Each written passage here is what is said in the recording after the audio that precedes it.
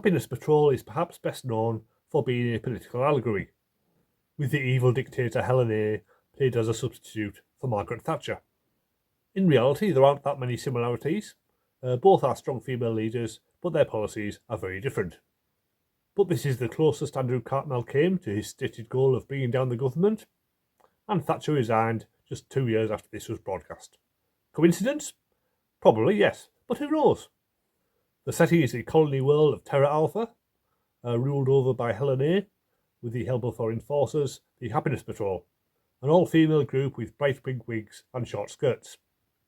It reminds me a bit of the Two Ronnies serial, The Worm That Turned, only in this one the men don't have to wear dresses, but they do have to wear makeup and pink coats, so it's not too far off. Everyone is ordered to be happy, there's terrible jaunty music playing everywhere, and anybody who's depressed is shot on sight. It's your typical Doctor Who dystopia, ripe for the Doctor to take down in a single night. The look of the show is very distinctive. Everything is filmed in the studio, and there's no real attempt made to hide it. It's more like a theatre backdrop, with black drapes between all the buildings. It's a bit surreal, but somehow it works. And by contrast, the interior sets are lit very brightly as usual. The cast are noticeably more starry than normal. Sheila Hancock as Helen A is a veteran of film, TV and theatre. She does a fine job of making the character a hissable villain, but also gives her a soft side, with her doting on her pet Fifi. The puppet looks a bit fake in the harsh light, but much better in the darker sewer scenes, where you can barely see it. There's also Georgina Hale, who went on to be known as T-Bag in the children's ITV series, and Rachel Bell, who was in the classic sitcom Dear John, where she had the catchphrase, "Were there any sexual problems?" Sadly, she doesn't say that here. Leslie Dunlop plays Ace's friend, Susan Q, the first of many young women who she would form an innocent bond with. I'm sure it's all perfectly innocent. And John Normington plays Trevor Sigma, a much nicer character than he played in The Caves of Androzani. And he doesn't talk into the camera this time either. There's also the Pipe People, who look a bit like Nien Nunb from Star Wars, and the itinerant harmonica player Earl Sigma, who provides a blues soundtrack that adds hugely to the atmosphere. I should also talk about the Candyman. At the time, I was not a fan of him. He just seemed like a kids' TV character, he looks and sounds ridiculous, and the explanation for his origins is rather unconvincing.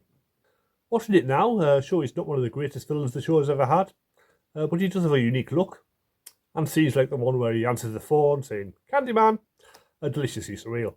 They could have given him some more inventive methods of execution, rather than just sticking a tube over someone and making them drown in fondant.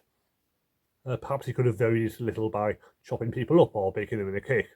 And we never actually see him die, we just see his remains spilling out, which is a bit of a missed opportunity. The Doctor has some strong scenes here, as he strolls merrily about the planet, starting little revolutions with everyone he talks to. Most memorable is the scene where he tries to goad a guard into shooting him. It's played completely straight and is utterly mesmerising, perhaps one of his best scenes as the Doctor.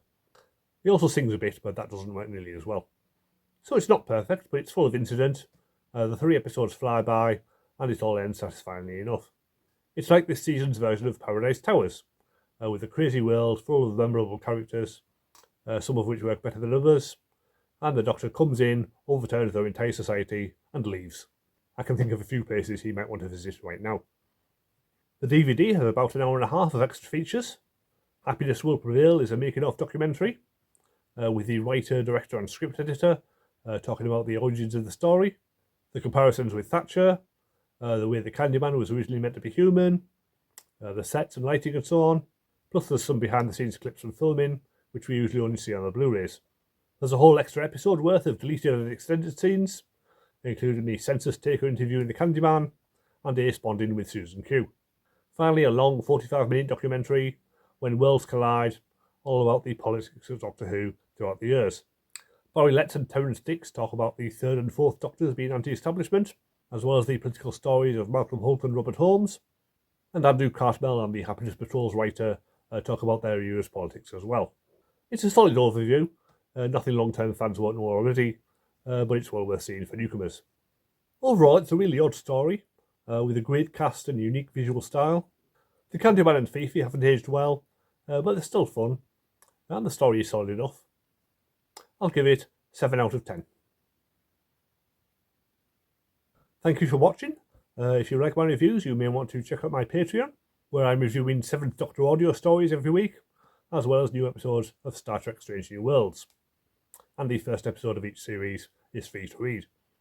Next week is Silver Nemesis. I don't think I've watched that since it was first broadcast, so that should be interesting. See you next time.